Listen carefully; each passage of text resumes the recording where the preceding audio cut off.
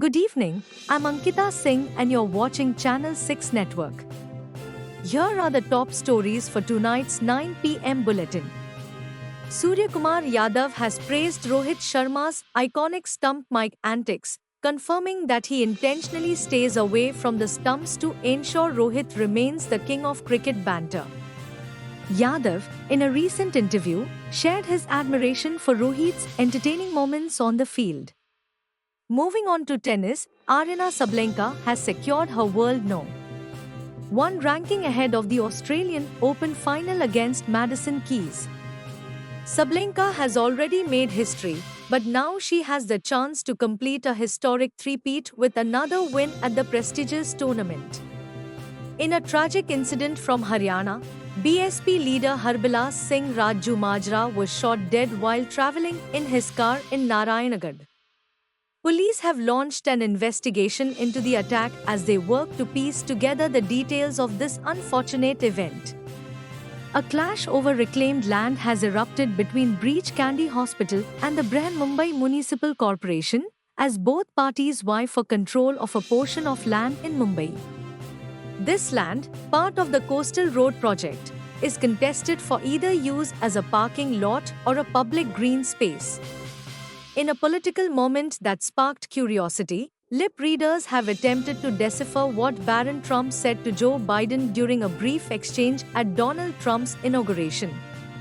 Some believe Barron said, "It's time," while others suggest he simply replied, "Exactly." As India prepares for its second T20I against England, changes in the squad are expected. Mohammad Shami is likely to return, while Nitish Kumar Reddy could be left out. There are also concerns about Abhishek Sharma's fitness ahead of the match. The Chepauk pitch is anticipated to favour spinners, setting up a thrilling contest. Actor Unni Mukundan has opened up about the success of his film Marco and his return to action cinema after a break.